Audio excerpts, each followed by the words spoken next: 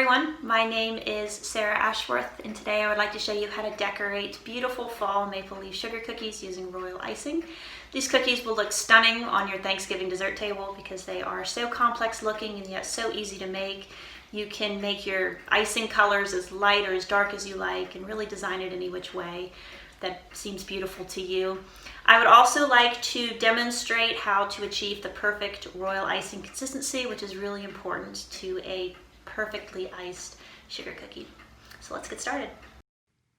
To get started, you will need several things. First, you will need clear plastic piping bags. I use the Suave Bake pastry bags. These are really great because they do not require a piping tip, which makes cleanup easier. And just before piping, I will cut the tip. We'll also need soft gel food coloring. I use the AmeriColor brand, but really any brand will work. And for this project, we'll be using red, orange, and yellow dye.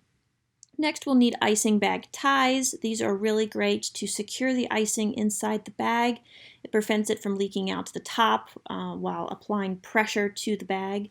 An alternative would be a clean elastic hair tie. Next, we'll need a Scriber tool to help us guide the icing on the cookie. A great alternative are toothpicks if you don't have a Scriber tool on hand. Next, we'll need sugar cookies. For this project, I'm using a maple leaf cookie cutter, but really any leaf cutter will work. For the royal icing, you will need 4 cups of confectioner's sugar, 1 teaspoon of clear vanilla extract, 4 tablespoons of meringue powder, and you'll also need water as needed, and you'll mix all of this on high in a hand mixer for 2 minutes. And finally, we'll need paper towels. If you're like me, I tend to be a little messy while decorating. Now that we have made our royal icing, we can get started on getting the right consistency, which can be tricky. Right now, the icing is too thick, which means that it needs more water. I am adding 2 tablespoons.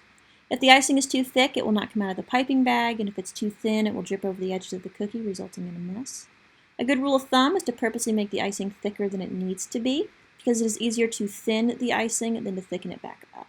To determine if your icing is the right consistency, drizzle it above the bowl. If the icing melts back into the rest of the icing within 5 to 10 seconds, like it is here, then it is ready to be colored and put into a piping bag.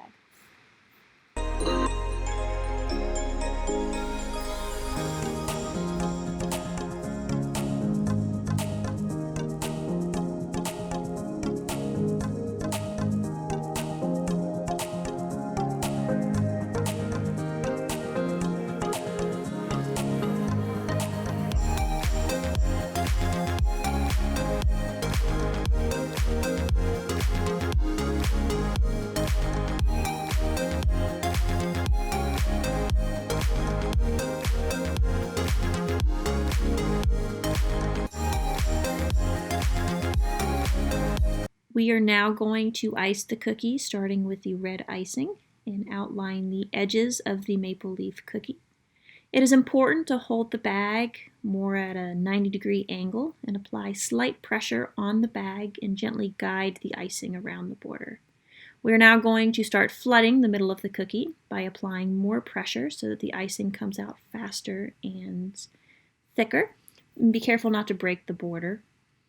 Next, we are going to add the orange icing. Keep the orange as close to the red as possible, however, it is okay if the colors do mix. Finally, we will finish flooding the cookie with the yellow icing. Next, we will take our scribe tool or toothpick and gently guide the tip of the tool across the 3 colors. I want to add that it is important to wipe the tip of the scribe tool clean each time so the colors do not get muddy. This process creates a marble effect that resembles real maple leaves in the fall. There is no right or wrong way to do this. I personally like to draw in a lot of red icing into the center to create a pretty veining effect, which is present in real maple leaves.